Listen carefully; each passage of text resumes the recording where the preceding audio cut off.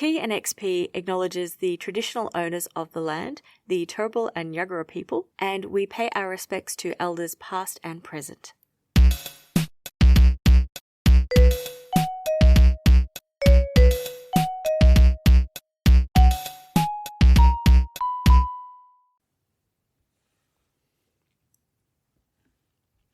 Welcome to T&XP, a couple's cozy gaming podcast. We're feeling cozy and we hope you are too.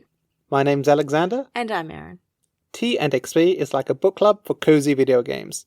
And today, we're going to look at Letters to Arralla, a game that has never made running away to a coastal town so adorable. Speaking of which, if you follow our Instagram page, you might know that T&XP got away over the Christmas break, and we ran away to a coastal town with a lighthouse just like in the game. But we did not commit any mail fraud. Spoilers, yeah. But we did hike to the Byron Bay Lighthouse, and we kayaked, and we unplugged, and we read. We did read lots of tourist plaques as well. It wasn't just books, but we'll circle back to that later. Yes. On to the game then. So, Letters to Arralla came out in 2025 and was developed and published by Little Pink Clouds, an Australian indie group. It was developed with support from VicScreen, the Victorian government, and Screen Australia.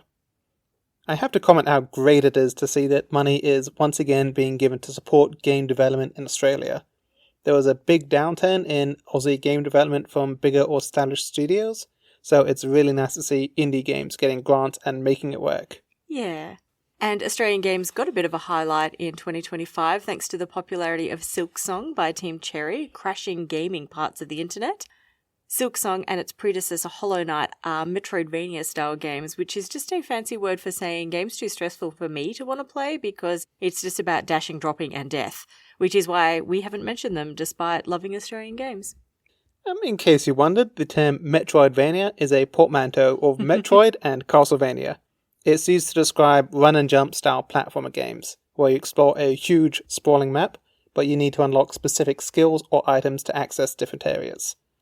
And in case you wondered, the word portmanteau is where you mash two words together. Thank you for that clarification. Tell us about the game. What's the story about? In Letters to Arralla, you'll play as a cheeky turnip who'll be spending a week in a small island community as a replacement postal worker. You'll soon discover that Arralla's cozy community doesn't believe in things like street signs or numbers, so you have to decipher the delivery instructions for each given letter or package. While you're at it, you'll get to know the locals, all anthropomorphized fruits and vegetables like yourself, by chatting, helping them with errands, and of course, going through their mail. The game does remind you that this is, in fact, a crime even in the game. It's your choice. You don't have to do it, you can do it. Each day, you'll be given a fresh batch of post to deliver, and read, if that's your thing. But there are also plenty of side stories that'll unfold over the 1 week period.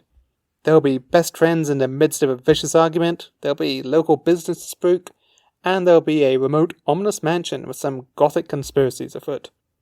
You'll also hunt around the island for missing chess pieces, scavenge iconic Aussie flora and minerals, and hoard a collection of hats. Erin, did I miss anything? No, but what is up with turnips and crime, you know? In I think our bonus episode we mentioned Turnip Boy commits... Yeah, Turnip Boy commits tax evasion, yes, and that had a sequel, Turnip Boy robs a bank. Yes, and here we are with like a cute, adorable turnip potentially committing mail fraud. Yeah, unrelated turnip doing unrelated crimes. It's just, really vogue right now. So why don't you tell us about the game mechanics? Yeah. Letters to Arralla is a third-person delivery and exploration game. You're given the mail every day, and your first task is figuring out who the recipient is. There are no signs or street numbers, so people do a drawing on the envelope to indicate where it should go.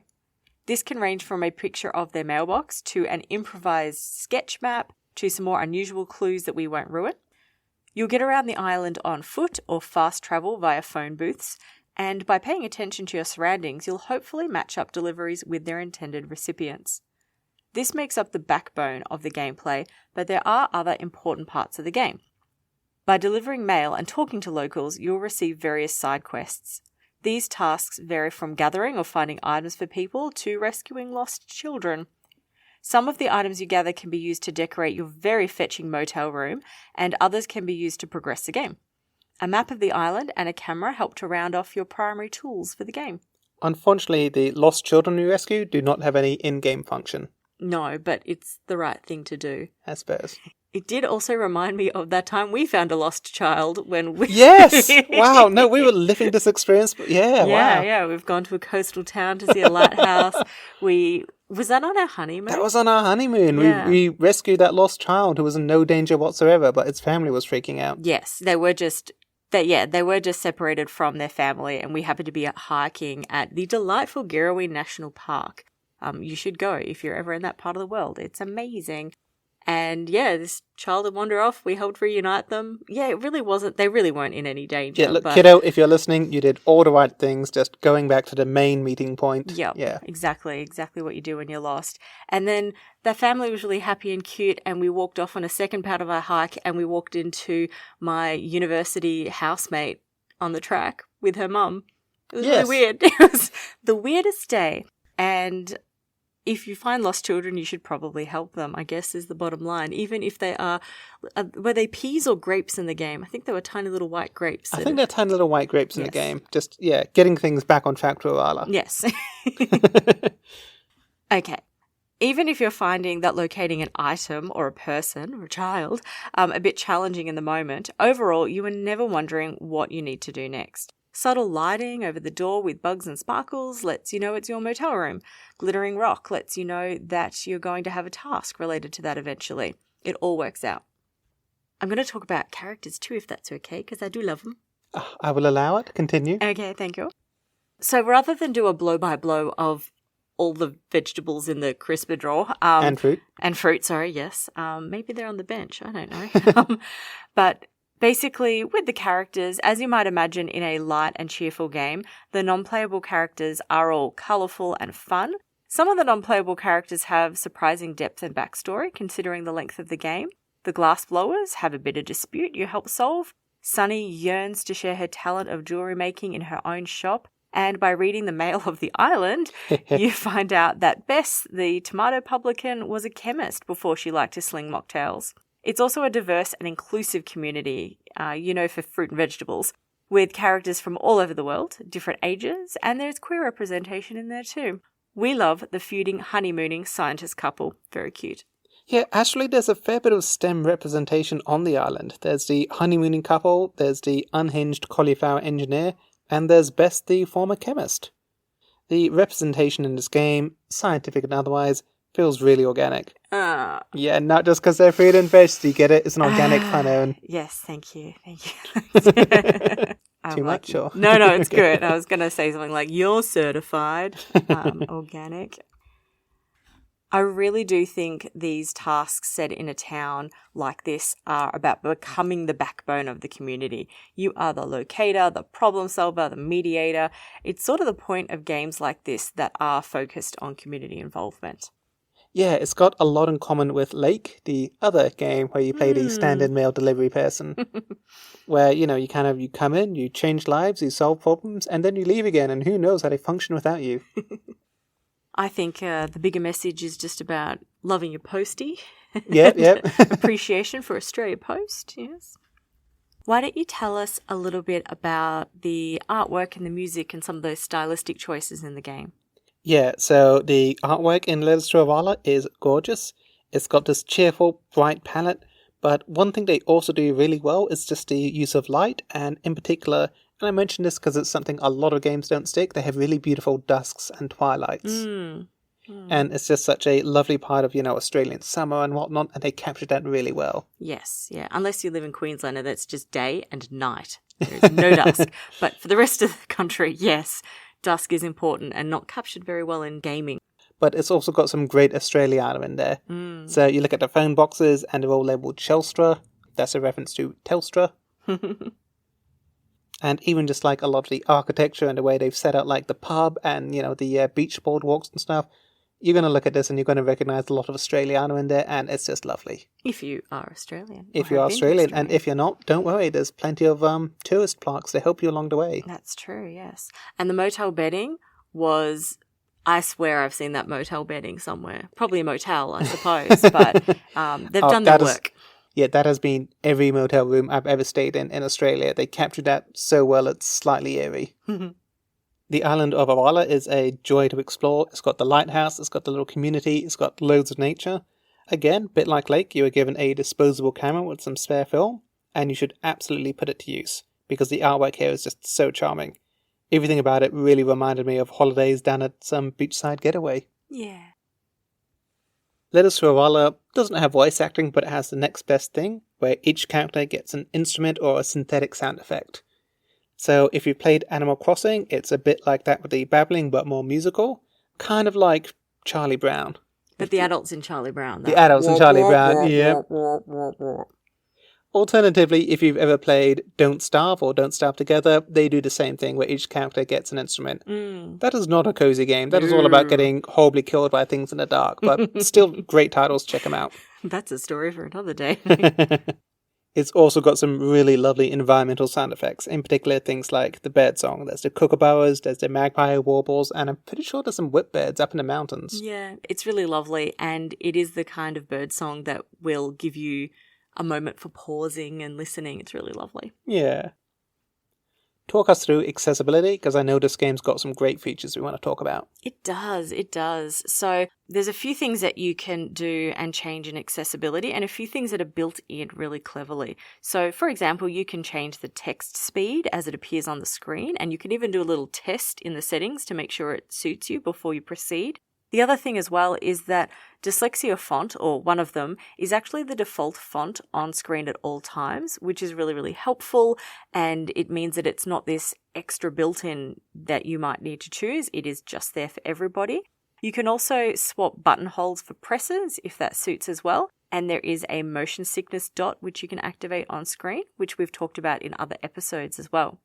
You can press a button which changes the super cute handwritten letters that you read into dyslexic-friendly font, which I thought was really charming as well, because this is something that, even if you didn't need the dyslexia font, it can be sometimes hard reading people's handwriting, and being able to just press a button and not have to go into settings to flick between the two versions was really helpful, just as an aging millennial as well. I found that really helpful as well. Now, there's one other feature. I don't know if this counts as accessibility, but I think we should raise it. Absolutely, yes. You can turn off the jiggly butts in the game if that gets to you as well. So you can do that. You don't have to see quite as much butt wobbling if you don't want to. But actually, fun fact about jiggly butts in Letters to Arralla, people I've noticed online, it divides them. They either love it or hate it. Yeah, okay, so just to frame this, every character, who again is either going to be a fruit or a vegetable, they all have these big jiggly butts on there. Yes. And the developers decided that butts were just funny. Like, butts are just funny. They are. And they wanted all the characters to have a bump. And they, as they were coding it as well, they realized that by coding every fruit and vegetable's butt to jiggle, regardless of where they were on the island, that it was actually slowing the game down. So they then had to redesign the butt jiggle features and coding so that the butts of the other vegetables and fruits only jiggle when they're in like proximity for the main character, for the turnip. Otherwise, if you're on the other side of the island and your butt's jiggling, that was just a bit too much for the game to handle, and it was actually slowing a whole bunch of stuff down, which I think is funny myself. I just loved it. There's quantum butt jiggly physics where, depending on whether it's observed, it changes its state. Schrodinger's butt jiggle. Yeah. But overall, coming back to accessibility and not just butt jiggle preferences, I really liked how so many of these features, such as the dyslexia font and the button to switch the handwritten text into a clear font, are just built in. It's a great example of accessibility features benefiting everyone, which is, I think, a really important part of having an inclusive society as well. Accessibility features benefit everyone, not just the obvious people who might need them. Yeah. So even though this game isn't, really deep and meaningful and, it's not about life and love and the universe and everything, it does have some really charming and interesting themes. Why don't you talk about some of the ideas in Letters to Arralla? I would love to. There's so much about this game I want to talk about that it pushed my buttons in all the best way possible, and it just really hit a lot of nostalgic and cozy notes with me. Where to begin? I think one really important theme it's got in this game is curiosity. So one way that, the game encourages you to be curious, of course, is by opening everyone's mail. Now, I'm not sure about the real-world implications of applying this sort of thing, but in-game, in Letters to Arralla, no one really seems to mind, even when you're standing right in front of them just ripping open these, handmade envelopes and stuff. Yeah, macaroni pictures. Yeah. But, that's almost the point. The game is there to encourage curiosity, and yes, that'll sometimes be having a sticky beak in people's mail. Super illegal, to be clear. Yeah, okay, yep. But exploring in Letters to Arralla is so much fun, and even when you're just crossing a rickety bridge over a spiky canyon or delving into a shadowy cave, you're never in danger. You're free to just wander this beautiful little island at your own pace and just soak up the atmosphere and the detail. I love it. Yeah, it's really relaxing, really nice to do. I think the other big theme in there, and again, this is quite a common one in the cozy genre, is going to be community. It's not just about reading people's letters, it's also about exploring and appreciating nature and making connections with people, either by delivering the messages from distant relatives or close friends, or by engaging with them yourself. Yeah, absolutely. And the community itself really appreciate you and what you've done for them in the week that you spend on Arralla as well, which we won't talk too much about because that's about the end of the game. But it's nice to see how welcomed you are into the community and in turn how you give back, and then you're also acknowledged for that. It's very idyllic and lovely. Yeah, but there's also things which don't directly involve you. You'll be getting letters from people's pen pals or relatives back in China and stuff like that. And again, it's just this wonderful little kind of nod to these connections that people have, and your role in facilitating that. Yeah. The other big theme, I think, in this, and this will be no surprise, but it's Australiana and, to a lesser extent, nature. So, much like Dinkum, another Australian-themed game we've reviewed, Letters to Arralla really is a celebration of place. Not only have they beautifully rendered the island of Arralla with a lot of Australian plants and fauna, but you can actually go up to some of them and take a closer look. In-game, you'll see like a little sparkle around some particular specimens, and you can pick those up and collect them, and you'll get like a little blurb on, why this particular plant's important to Australia, what you're looking at, what the seashell actually is, stuff like that. Now, much like the whole don't commit mail fraud thing, technically you probably shouldn't be picking up some of these specimens. You should just leave them in situ. But, it's an adorable little cozy game, so let's forgive that. Yes, but that is an important cultural point as well, the idea that in Australia on beaches you're supposed to leave shells and things like that as well. Yeah. It's okay because it's a game, but yeah, just that idea of that real world connection is that we don't do that. We try and be a bit leave no trace, I think. There's one more thing which I want to give a big shout out for. It's something I have a weakness for, and that's a really good tourist plaque. You really do like a tourist plaque. I do, and they did it so well in this video game, and tourist plaques in video games is like this weird little obsessive niche I have. It's nice when people do it well. Yep, Oxenfree did it well, but I think Letters to Arralla really perfected it. You get these big, glorious pop-ups, they position them really thoughtfully. It's very convincing. They are just like tourist plaques you'd find in real life. They are, and they're very lovely, yes. One of the nature things that I quite like in it, and it's very Australiana, is all around town they are growing agapanthus, which is just a classic Australian council plant. If you need a filler in a garden bed, you can get some agapanthus in there, purple and white, and it looks lovely. Minimal watering once it's all established as well. And there's lots of these fun Australian things in there as well. You can actually go and face plant on a beach towel. If you go into the mayor's office, when he's there or when he's not there, you can do either.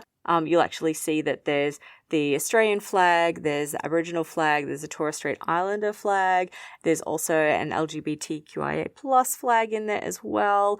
In the motel, it's very Australian looking as well. And again, with the lighthouse in there, it just makes the whole town look a little bit Byron Bay, but it could look like many Australian coastal towns as well. But one thing it's done really well, and again, just really authentic to these little Australian towns, is, you've got the Daggy Motel, but you also have the weirdly grandiose sandstone public buildings nearby. Yeah, true. Absolutely. You're going to stay in a motel that looks like it might have a cockroach that crawls out of the toilet, but also look at that historic pub over there. Very true. Okay, yeah. If I had one niggling complaint, I just wish they used the pub a little bit more in this game. Do you mean, do you wish the game used the pub, or do you wish the NPCs in the game used the pub? The NPCs in the game used the pub. Too. Yeah. Yes, I'm like, oh, poor Bess. It's so quiet in her pub for a lot of the time, and yeah. But she says business is doing okay, so I don't know. Maybe you're just going to bed at 6 p.m. and everyone else is hitting up the pub. That's true, and then they can talk about you. Yeah. This whole game felt like one giant advertisement for Tourism Australia, but I mean that in the best possible way. If you're already in Australia, then it's this great little love letter to our beaches, our seaside getaways, and our natural environment. And if you're not from Australia, well, it's just there to let you know that there's more to Aussie beaches than just, the buzz of the Gold Coast or something really touristy. Yeah. One thing we haven't mentioned, it's not a theme, but I just have to crowbar it in somewhere, so I will do so here, is hats. Hats, yes. Yes. Because you get some and collect some all the way through, and there is actually a Steam award if you collect all of the hats in the game, which I have not done just yet. But I just think it's worth mentioning that you can wear 2 hats at once and they all bobble around as you walk around. It's very cute. And you have a hat rack back in your motel room. Yes, so you can store them. It's very charming. And you can actually get a paper Christmas cracker hat, which is my favourite. That's going to be my favourite as well. That's why we hang out. Okay, should we start talking about the cozy rating? We should. Well, like I just said, you can collect lovely things like hats and natural items as well. But also the game itself it's really laid back. You are not going to struggle if you don't understand any of the Australian references, by the way. We like talking about them because we're biased, but you are not going to actually miss part of the game by not understanding them. In terms of gameplay, there's no falling, there's no death, there's no peril. You can't walk into the sea, which I actually usually quite like doing in games to see how far you can get into the water. Not very is the answer in Letters to Arralla. But it's really good fun. You're not going to suddenly topple off anything. Even when you do finally get to the big gothic house on the hill and everything, there's this lovely ominousness that they build while you're up there. But nothing bad actually happens. Yeah, and you kind of know nothing bad's going to happen. Yeah, exactly. It wouldn't fit the game if it did. So, yeah. Yeah. But we won't spoil it any more than that? No, of course not. But yeah, all the exploration and things like that, it gets exciting, but you're never in any danger and you never feel like you're in any danger. Letters to Arralla, for me at least, it evoked a lot of nostalgia for the coastal holidays we used to take when my family first moved to Australia. And these are just some really lovely memories, and it really just did a great job of just, capturing that atmosphere and that feeling and just that joy of exploring the Australian landscape. That is so sweet. I love that. What would you rate it? Well, with that in mind and the fact that I clearly have some biases, I'm loving this game. I'm going to give it a 5 out of 5 on the cozy scale. Yeah, I think that's absolutely appropriate. As I said, it's a very safe game. There's no combat. You're not in any danger. It is supposed to be lighthearted and fun. And yeah, I would agree. 5 out of 5 is a great rating for it. What about the game rating? If you are new to listening to TNXP, we make sure we give our games a separate cozy rating and game rating because they can be quite different if you think about it.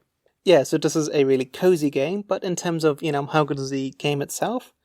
Look, I still think this is a really good example of great things happening in the Australian gaming industry at the moment. In terms of game mechanics, I'll admit that opening the packages could be a bit fiddly. In terms of game mechanics, I will admit that opening some of the packages could be really fiddly. Yeah. I think both of us struggled at times, and while the game will give you a little cue trying to tell you which way you need to drag things, it was surprisingly hard to follow at times. Yeah. And you just kind of had to start raging at the control until eventually you got like the little wax seal or whatever it was. I know about raging, but yeah. Maybe that was just your mindset on the day. Maybe just mild disgruntling. Yeah. Yeah. I think my only other criticism is just in terms of game design. Sometimes you'll receive a task early on, like finding the scattered chess pieces or getting a photo of the mysterious cryptid, but what the game won't tell you is that you actually can't complete these tasks for several days. So for me, I thought that was something on my to-do list, it's something I needed to get cracking with, and, I just wasted a bit of time running around the island trying to do things which I was unable to finish at that point. And the game doesn't really tell you that, you're not going to be able to do that day. It hints that you should, but you can't. Yeah, you just needed to chill out, man. Yeah. And maybe that's the real lesson in the game. Yeah, just go with the flow, yes. These are tiny complaints in a fantastic game, though. Yeah.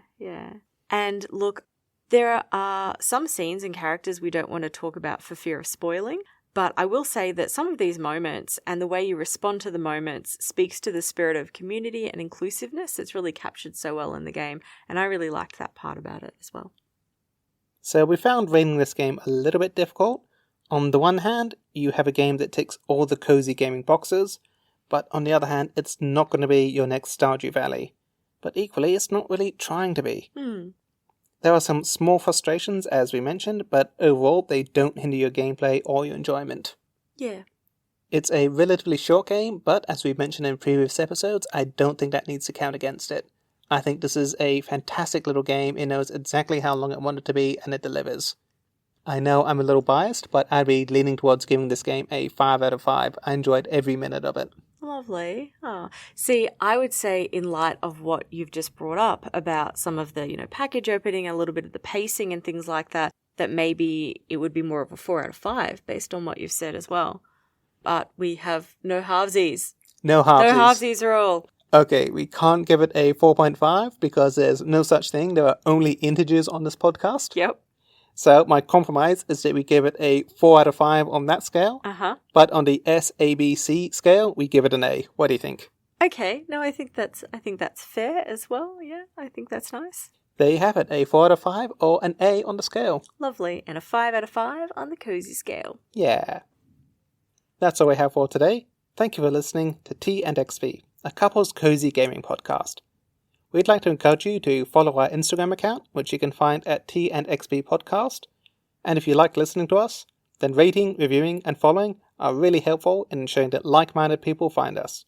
Join us next week for our all-time best two-player game, It Takes Two, the video game which is basically like couples therapy. Stay cozy. Like a week at a pristine coastal town.